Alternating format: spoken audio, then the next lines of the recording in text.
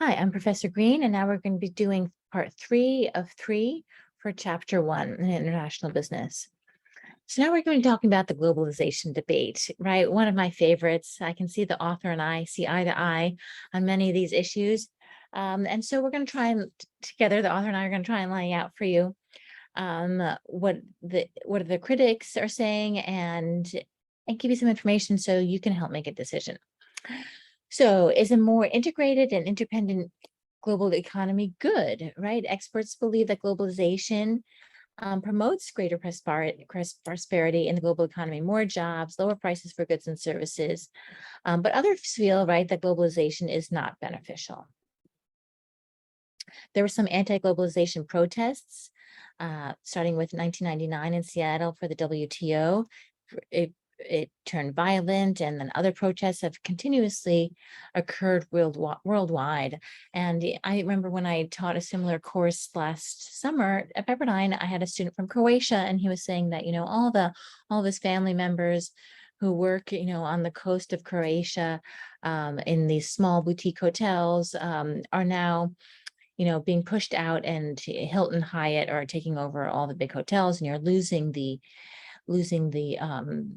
quaintness of the Croatian coast, but you're also, losing jobs, et cetera, et cetera. So for sure, there are people who are not interested in globalization. Critics fear that has detrimental effects on living standards, wages, and the environment too.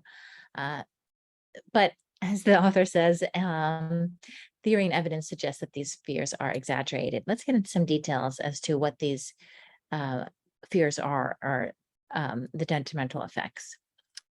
So critics say that falling trade barriers destroy manufacturing jobs in wealthier economies, the US and Western Europe. Yep, there are definitely people who are saying bring the jobs back to America, right? Trump was trying to do that. It's been a campaign, I'd say, for the past, before Trump, right, decades, bring things back to the United States. Service activities are increasingly outsourced to nations with lower labor costs, right? Because, right, if I was a business owner, I would want to make the most money for myself and for my employees. So yeah, I'm going to try and get lower labor costs wherever I can. Supporters say benefits outweigh the costs. And that's where the author is of this textbook, and I happen to agree with him because, right, the benefits of doing business across borders really outweighs the costs, and that the people who are losing their jobs within this country then can get new skills, they become managers, et cetera, as opposed to factory workers. There's a whole research that goes into that, but at the end of the day, that society is moving forward when we do business across borders. The last bullet point here substantiates that outsourcing allows a company to reduce its cost structure and reduce prices. The share of labor in national income has declined. So this is attributed to a fall in unskilled labor, and that the gap between the poorest and richest segments of society has widened. And so as we can see that that in a way the poor are getting poorer, the rich are getting poorer, and we're losing that middle class. So in most countries, real income levels have increased for all. So that's a good thing, right? Even if the gap is getting wider, real income levels have increased totally. Most advanced economies report shortage of highly skilled workers and an excess of unskilled workers, right? And so that is a problem, that here in this country, we don't have enough people for those call centers. We're looking for those engineers and people to manage those telecommunication companies, call centers, et cetera. And the only place we can find them are abroad.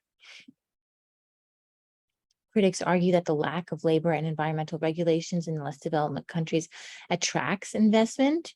So adhering to environmental regulations increases the cost of manufacturing.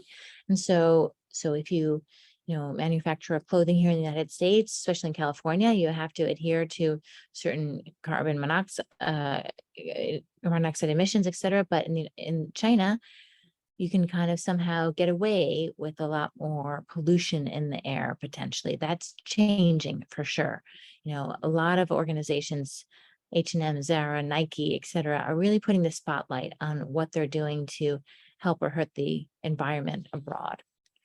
Supporters argue that tougher regulations lead to economic progress. And again, I believe this is true because without our investment abroad, without these factories in Asia being pushed to make tighter environmental issues, then they wouldn't have any ultimatum to do that. And so by encouraging this globalization, then we're actually, in theory, improving the society, improving the way of life for these people in Asia. So tougher regulations come with economic progress. Studies show a hump-shaped relationship between economic levels and pollution levels. So that's here on the next slide. So it says here that as the income per capita increases, so as we invest more in Asia, for example, or developing nations, as people are making more money, then they have the capacity here to drop off their pollution level. So then they have the capacity to really care about these things. For a while, if they're not making enough money, they, can barely get food on the table and they can't really concern themselves with the pollution. But once they are making enough money to provide for their families, then they can start caring about these things. Fortunately or unfortunately, I guess as this graph is showing, the carbon dioxide emissions, so the ones from cars, right, are continuously increasing no matter,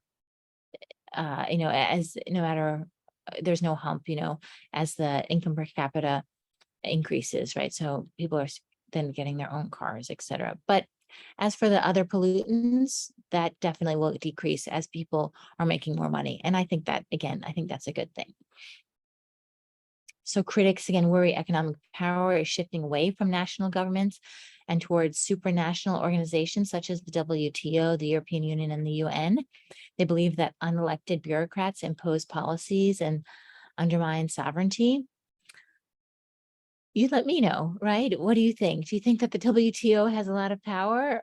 I'd say not at the moment. They have a lot of power, but are they taking power away from our national governments?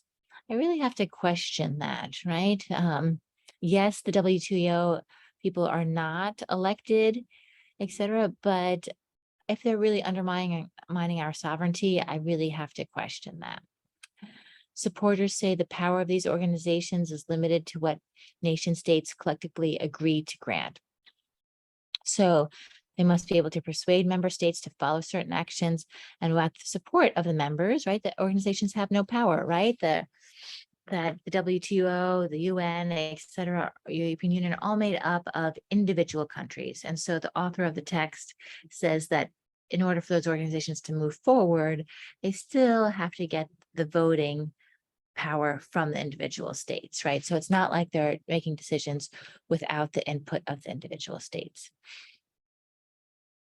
Critics argue the gap between rich and poor is wider and the benefits of globalization are not shared equally. Many poor nations are under totalitarian regimes, suffer from endemic corruption, have few property rights, are involved in war, have rapidly expanding populations, are burdened by high debt. That is very true. They have no money to invest in public infrastructure. Really scary when we saw that Bangladesh issue years ago. There was a large factory building.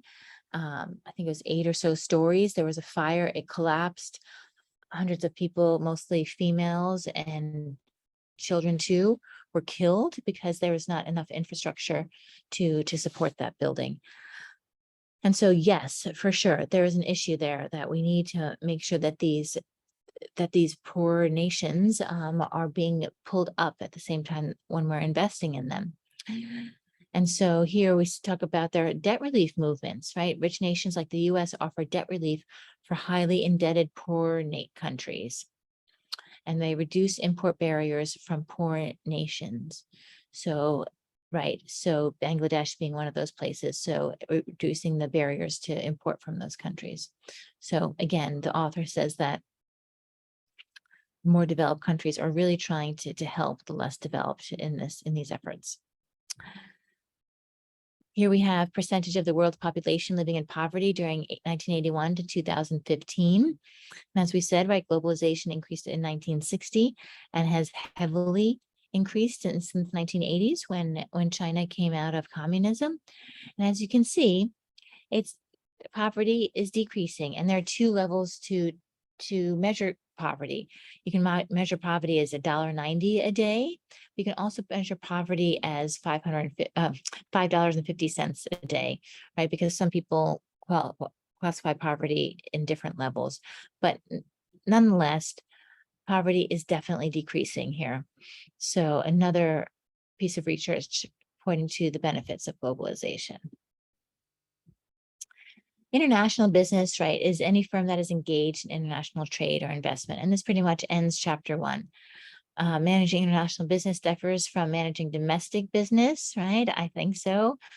I think that it's, it really is a skill that I really think that people often don't put enough weight into the value of having an international manager on their team, right? Because practices vary by country, issues are more complex. There's a need to understand rules governing international trade and investment, and a need, obviously, to convert currency.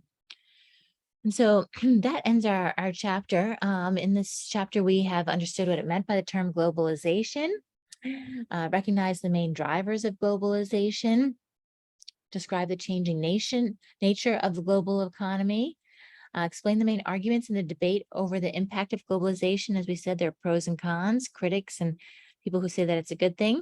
And then we've understood how the process of globalization is creating opportunities and challenges for management practice. So I hope you're excited to learn in this course, and I look forward to seeing you in chapter 2.